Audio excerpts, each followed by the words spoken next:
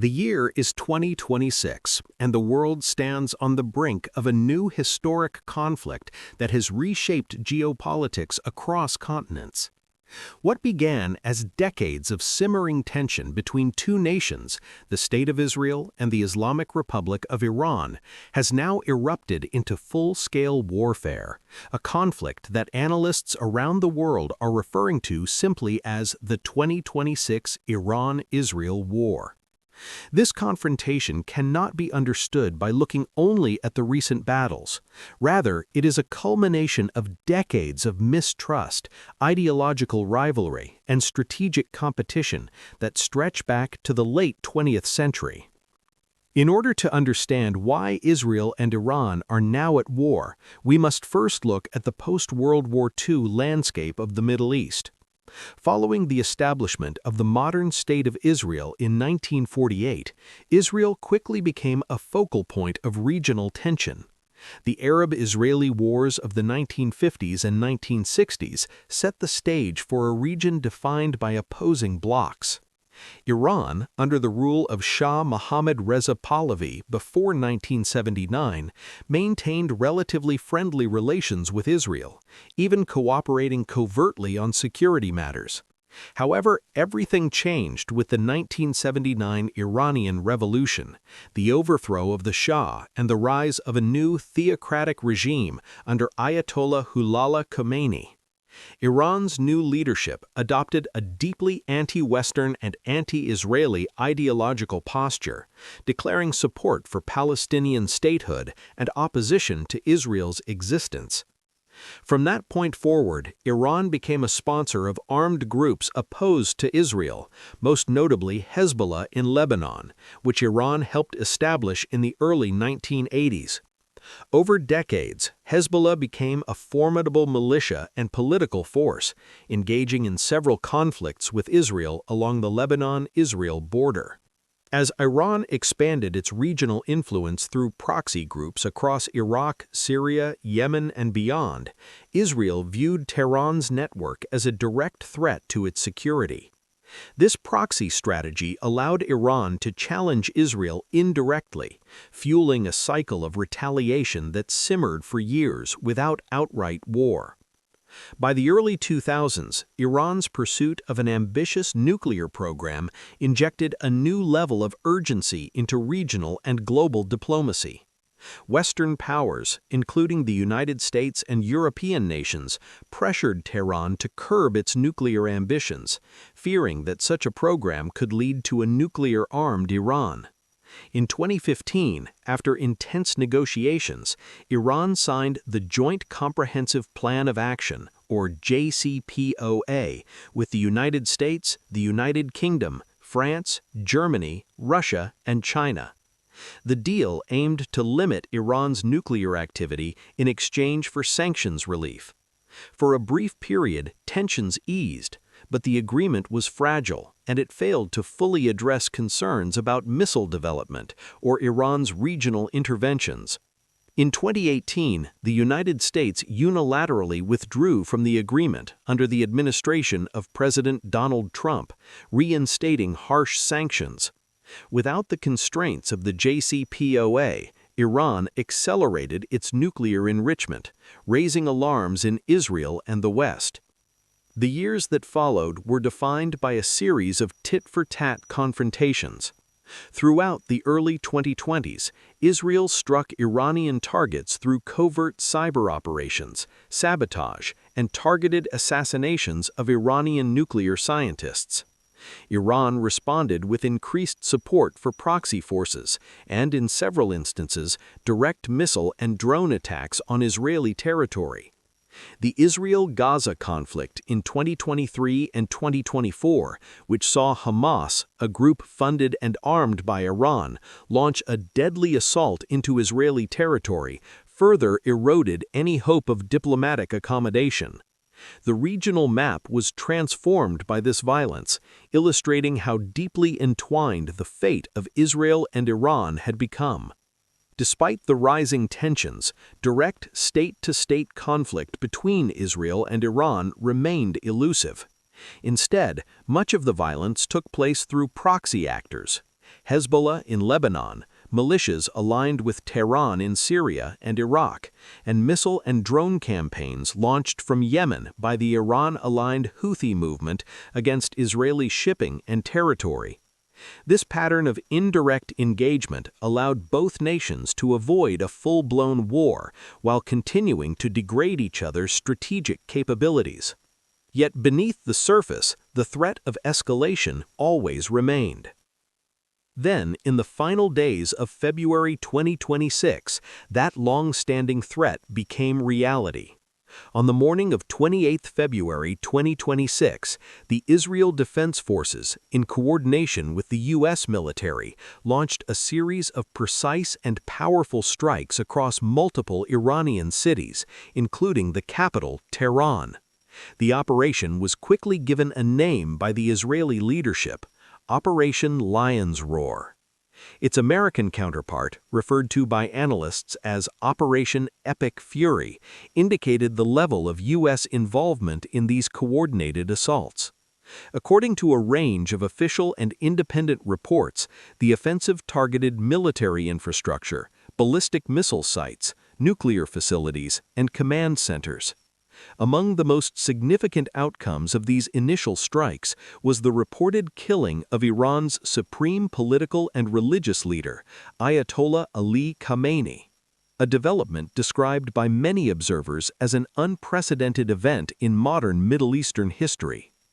The strikes immediately triggered a fierce response from Tehran. Iran's leaders, both civilian and military, denounced the attacks as an act of war and vowed to retaliate with full force. Iranian armed forces, including the Islamic Revolutionary Guard Corps, began launching ballistic missiles, cruise missiles, and drones toward Israeli territory and U.S. military bases in the Gulf region. Within hours, air raid sirens blared across cities in Israel and neighboring Arab states, marking the first time in decades that missile threats crossed such geographic distances in direct conflict. The opening moves of the war were not confined to military targets. They reverberated throughout the global economy and geopolitics. One of the first significant international consequences was the disruption of shipping through the Strait of Hormuz, the strategic waterway through which a substantial portion of the world's oil exports flow. The Iranian response to the attacks included threats to close the strait, and though global naval forces moved to keep it open, the threat alone sent oil prices soaring and rattled energy markets worldwide. As the first waves of missiles crossed the skies of the Middle East, it became clear that this would not be a short exchange of symbolic strikes. The war between Israel and Iran had moved beyond covert sabotage and proxy skirmishes. It had become direct, declared, and devastating. Within hours of Israel's opening assault, Iran's military command reorganized under emergency authority. Despite the shock of losing key leaders and infrastructure, Iran's command structure proved resilient. The Islamic Revolutionary Guard Corps dispersed assets across hardened underground facilities, while mobile missile launchers were repositioned throughout the country's vast terrain. Iran's retaliation was swift and calculated. Ballistic missiles targeted Israeli air bases believed to have launched the initial strikes. Long-range drones were deployed in coordinated swarms designed to overwhelm Israel's multi-layered missile defense systems. Israel's Iron Dome, David Sling, and Arrow defense networks intercepted many incoming threats, but not all. Several missiles penetrated defenses, striking infrastructure on the outskirts of Tel Aviv and near Haifa's port facilities. Though casualty numbers were lower than Iran likely intended, the psychological effect was profound. For the first time, Israeli civilians faced sustained long-range bombardment from a state actor hundreds of miles away. Simultaneously, Iranian-aligned forces across the region activated. In southern Lebanon, Hezbollah mobilized rocket batteries along the border, launching salvos into northern Israel. The Israeli Air Force responded with immediate counterstrikes deep into Lebanese territory, targeting weapons depots and command posts. The skies above the eastern Mediterranean lit up with tracer fire and interceptor missiles, signaling that the war had now expanded beyond two nations into a regional confrontation. In Iraq and Syria, militias aligned with Tehran launched drone attacks on U.S. bases housing American personnel. The United States, already involved in the initial Israeli strikes, now found itself fully entrenched in a broader conflict. U.S. naval carrier groups in the Persian Gulf shifted into defensive posture, while additional fighter squadrons were deployed to regional allies. Washington framed its involvement as necessary to protect its forces and maintain stability, but critics warned that direct U.S. participation risked widening the war into something far more unpredictable. As the fighting intensified, cyber warfare became an invisible but crucial front. Israeli cyber units targeted Iranian financial systems, power grids, and communications infrastructure. In response, Iranian cyber specialists launched coordinated attacks on Israeli banking networks and attempted to disrupt airport operations. While neither side publicly detailed the full extent of digital damage, independent cybersecurity analysts reported widespread outages and data breaches across both countries. Modern warfare, it seemed, was being fought as fiercely through servers and satellites as through missiles and jets. Meanwhile, the humanitarian toll mounted. Iranian cities struck during the opening phase faced severe infrastructure damage. Electricity shortages spread as power plants were hit or shut down as precautionary measures. Hospitals struggled with shortages of medical supplies, exacerbated by years of sanctions that had already strained Iran's healthcare system. Civil defense volunteers worked around the clock to clear rubble and rescue survivors from collapsed buildings. In Israel, daily life shifted into emergency mode. Schools closed, public gatherings were restricted, and reservists were called up in large numbers. Families crowded into reinforced shelters as warning sirens became a constant soundtrack to daily existence. Despite Israel's advanced defense systems, the psychological pressure of sustained missile alerts weighed heavily on the population. Diplomatically, the global reaction was swift and divided. European leaders called for immediate de-escalation, urging both sides to halt further strikes. Russia and China condemned what they described as reckless aggression, warning that the conflict threatened global stability.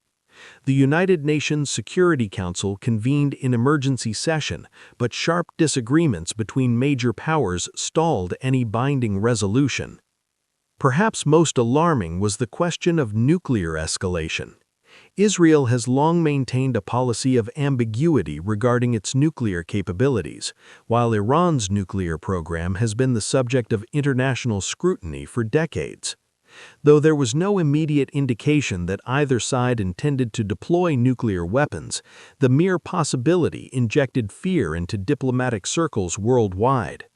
Analysts debated whether Israel's initial strikes had successfully degraded Iran's nuclear facilities, or whether they had merely delayed and intensified Tehran's determination to pursue nuclear deterrence. As days turned into weeks, the conflict entered a grinding phase. Air superiority battles raged over western Iran, with Israeli jets conducting deep penetration strikes while facing increasingly sophisticated air defenses. Iranian missile production facilities were targeted repeatedly, but mobile launch systems continued to fire intermittently. Neither side achieved a decisive knockout blow. The economic consequences spread far beyond the battlefield. Oil markets fluctuated wildly amid fears of disruption in the Persian Gulf. Shipping insurance rates surged as commercial vessels rerouted away from potential conflict zones. Global stock markets experienced volatility as investors reacted to uncertainty in one of the world's most strategically vital regions. At the same time, internal political pressures mounted within both nations. In Israel, opposition parties questioned whether the initial strike had been strategically necessary or prematurely escalatory. In Iran, factions within the political establishment debated the path forward, whether to seek negotiation through intermediaries or to escalate further to restore deterrence. By mid-March 2026, the conflict had transformed the Middle East's security landscape. Long-standing alliances were tested. Some Gulf states quietly increased coordination with Israeli and American defense systems, while publicly maintaining cautious neutrality. Others feared that open alignment would make them targets. The conflict showed no clear end in sight. Each new strike fueled calls for retaliation. Each interception avoided catastrophe but reinforced the cycle of hostility. What had begun as a preemptive attempt to degrade military capability had evolved into a multidimensional war spanning air, sea, cyber, and proxy fronts.